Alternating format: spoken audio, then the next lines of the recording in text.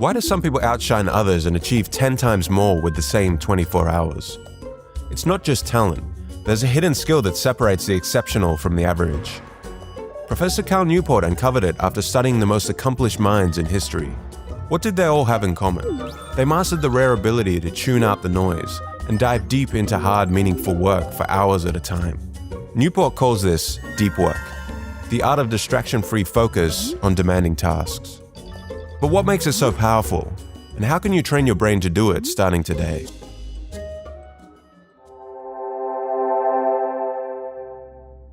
This video was inspired by Cal Newport's amazing book, Deep Work. Please find the links to the book in the description below. Distraction and doom scrolling have become the norm. Everything in life is speeding up.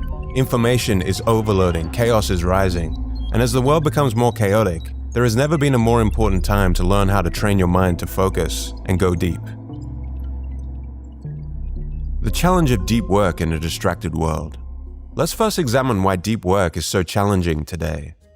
In the age of constant digital interruptions, deep work seems like a thing of the past. With knowledge workers chained to their inboxes and other scattered tasks, the rarity of deep concentration within most people's lives has become alarming. Yet herein lies the paradox. The very scarcity of deep work elevates its value, marking the difference between mere busyness and true effectiveness. The ability to perform deep, distraction-free, and effective work becomes a superpower when compared to most others. So what is the best way to navigate a world of distractions?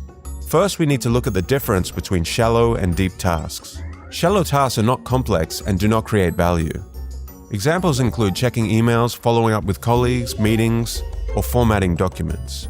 Deep work examples include writing an article, researching a topic, learning a new skill, or thinking of new ways to approach a problem.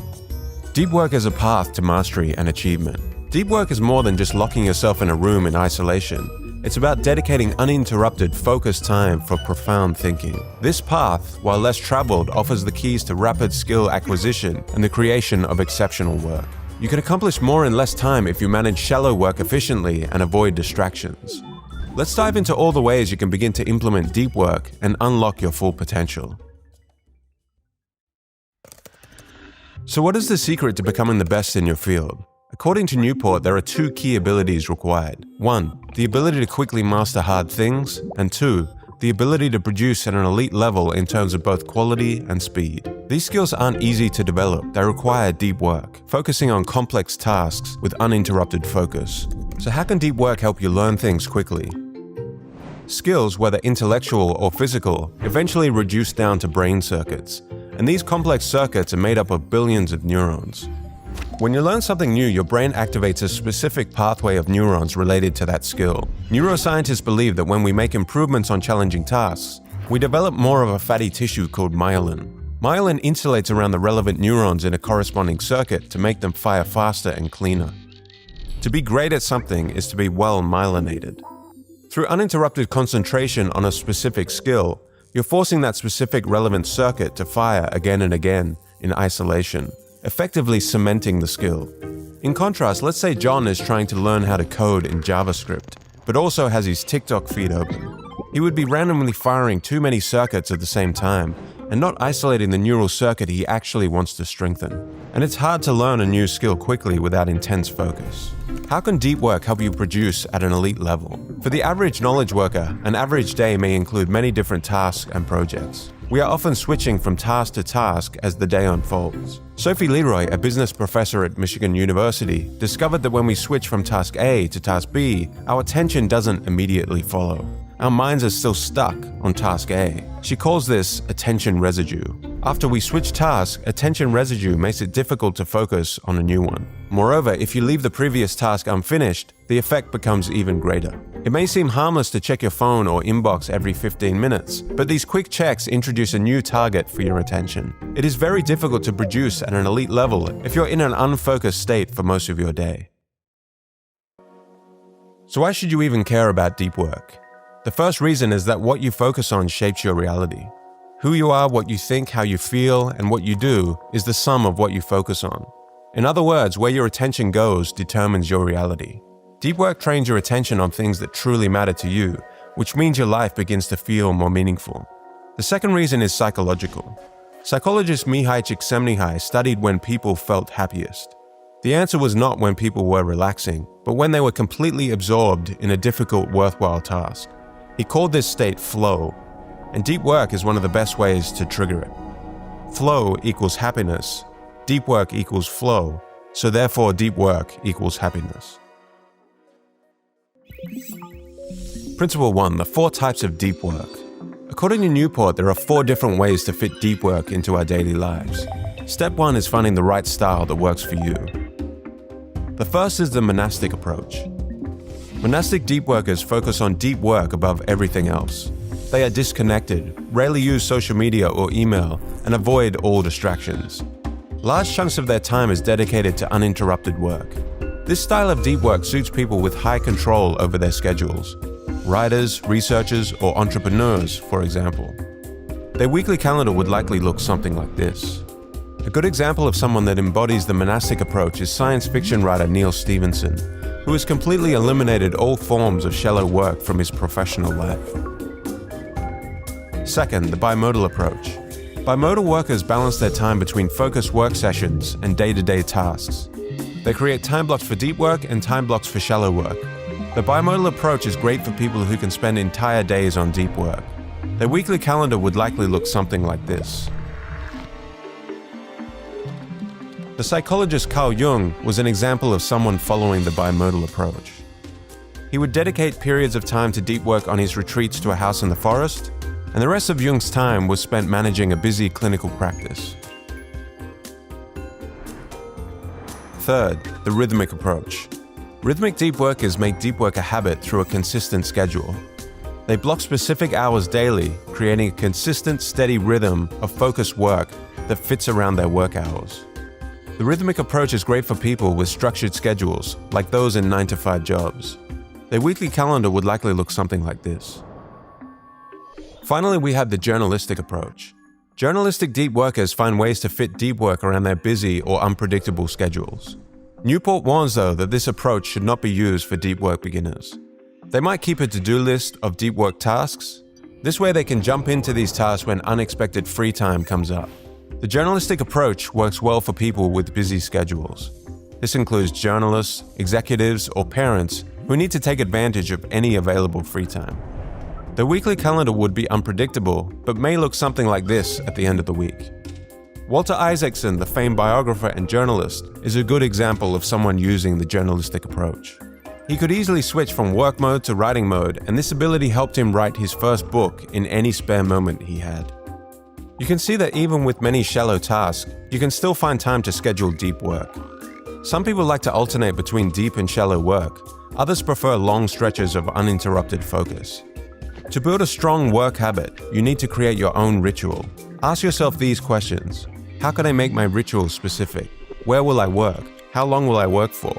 What are the rules surrounding my ritual? Can I use social media? Do I need to ban the use of the internet? Where should my mobile phone be during my ritual? Will I drink coffee? What foods will I eat around the time of my ritual? To end the day, create a shutdown ritual. Review your tasks, check what's complete or urgent. Plan tomorrow today. Add any new tasks and set up tomorrow's plan to hit the ground running.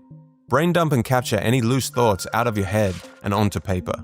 Lastly, create a shutdown phrase for yourself, such as shutdown complete or offline mode activated. Say it out loud to yourself to end your shutdown ritual.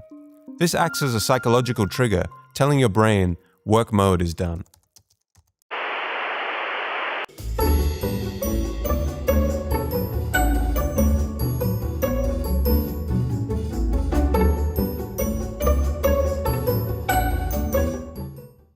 Principle 2. How to embrace boredom.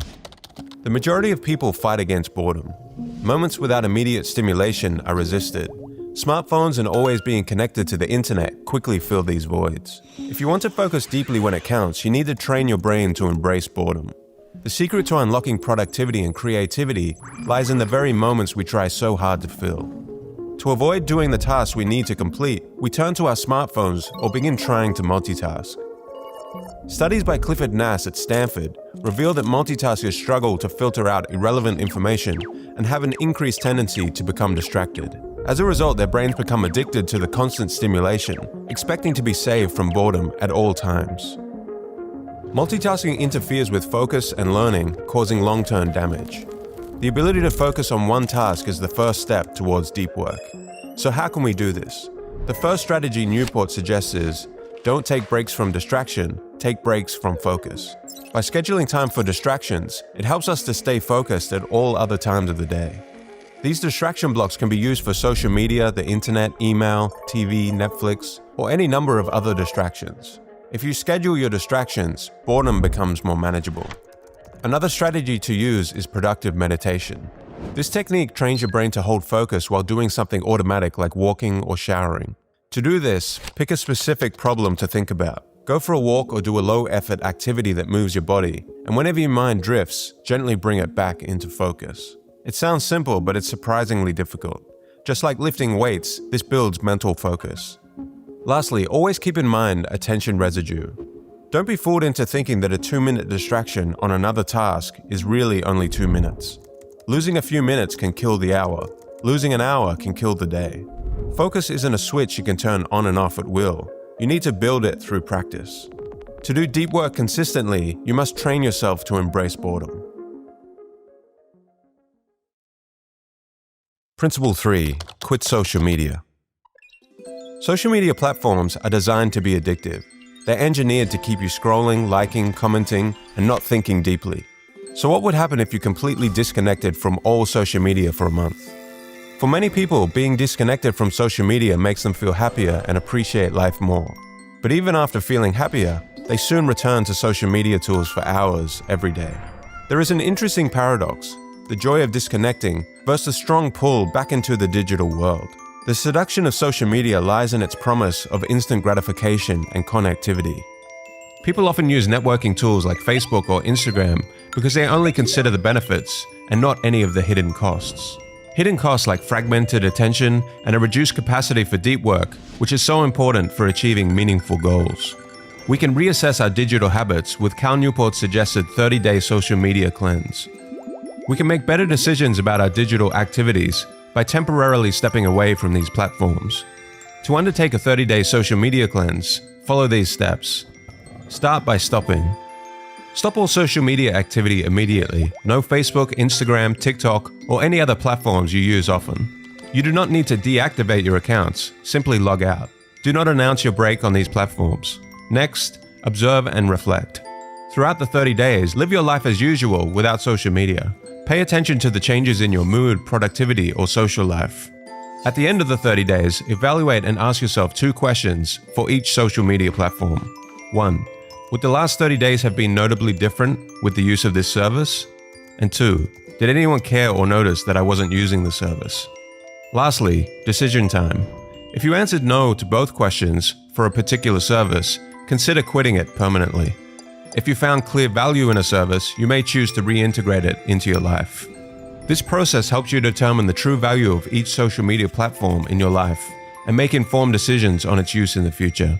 You can ask yourself, am I using this tool or is this tool using me?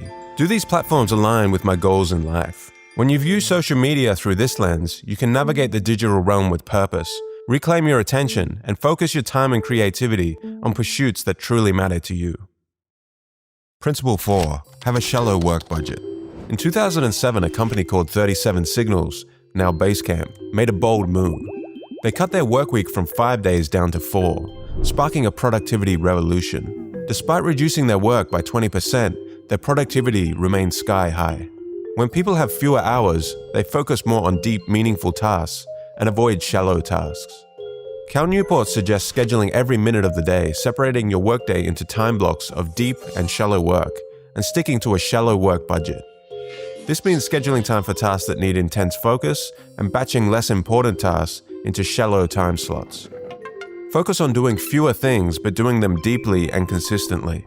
Stick to a routine that protects your time and energy. Over time, your work and your mindset will begin to shift. Challenge the idea that you always need to be busy and connected. Instead, disconnect. Create space in your life for focus. That space is where deep work lives. And deep work is where your best ideas are hiding. It's a simple idea, but it can change everything. You don't need more time, you need more focus. In this noisy, chaotic world, focus is your superpower. If you enjoyed this summary of deep work, you will love this summary. Just click here.